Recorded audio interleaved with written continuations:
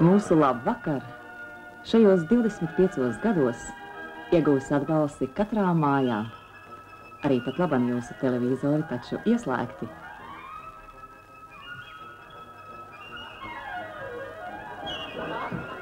Mūsu tautas atbildības un svētku skatuve gaida televīzijas darbiniekus. Paveikto izvērtēt šovakar vēlamies visi kopā.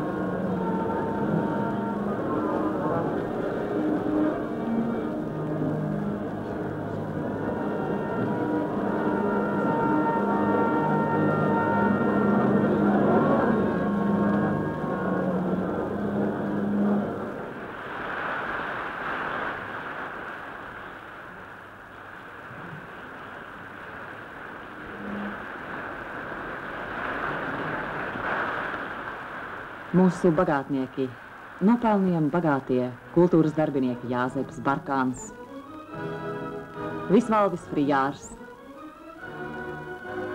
Laimdota Rone un nopelniem bagātais sakaru darbinieks Inārs Jēkabsons.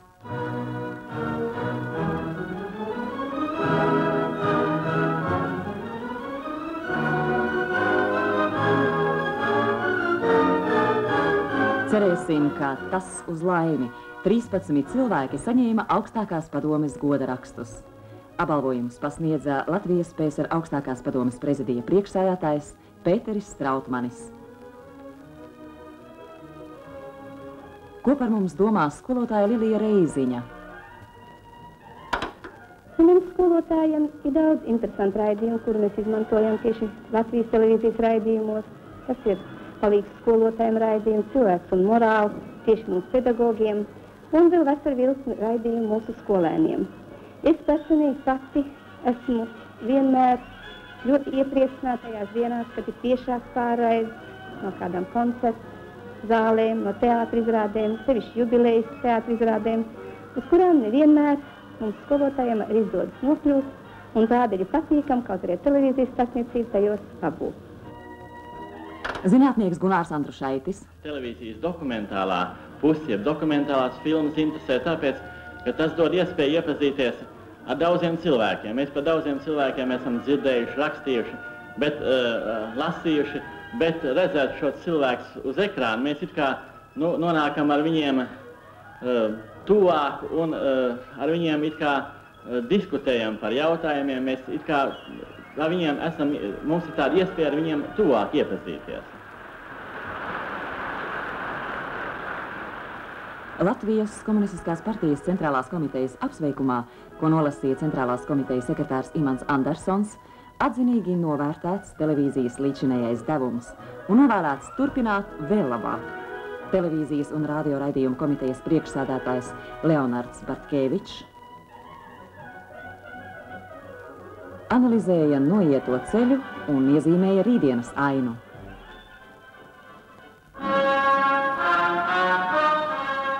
Mūsu veterānu entuziasms, viņu radošā enerģija arī pārējiem liek nepārtraukti meklēt.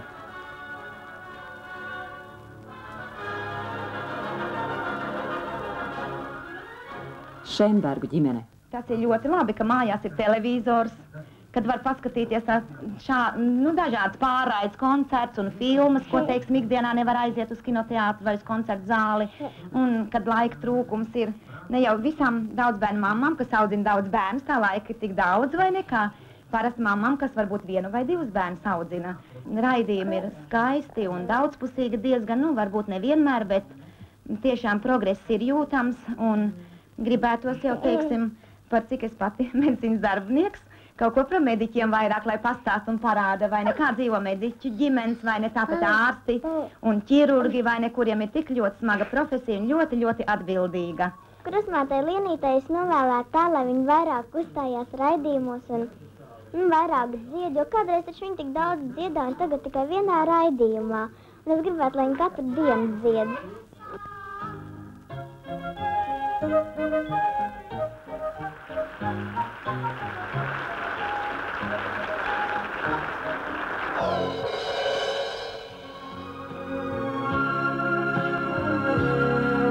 Un kāpēc vispār jābūt tā?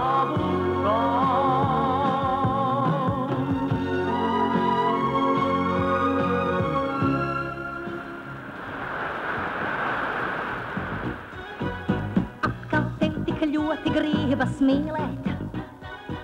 Mīļais mans un ilgi raugo zilā naktī, klausu tavu soļu taktī. Nav nekur vairs tavas dziesmas, nav nekur vairs.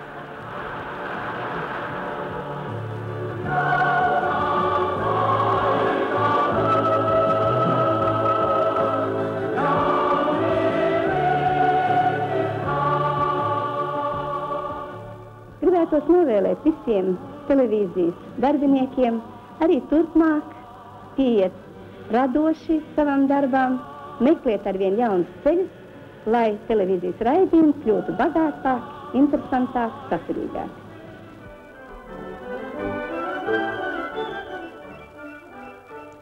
Vissirsnīgākie laikam tomēr ir kolēģu vēlējumi.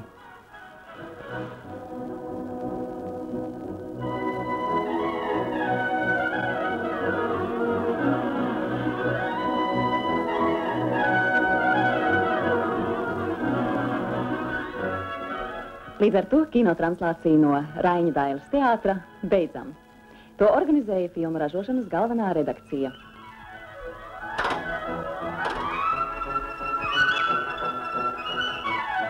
Viskaistākie cilvēku mūžā ir darba svētki.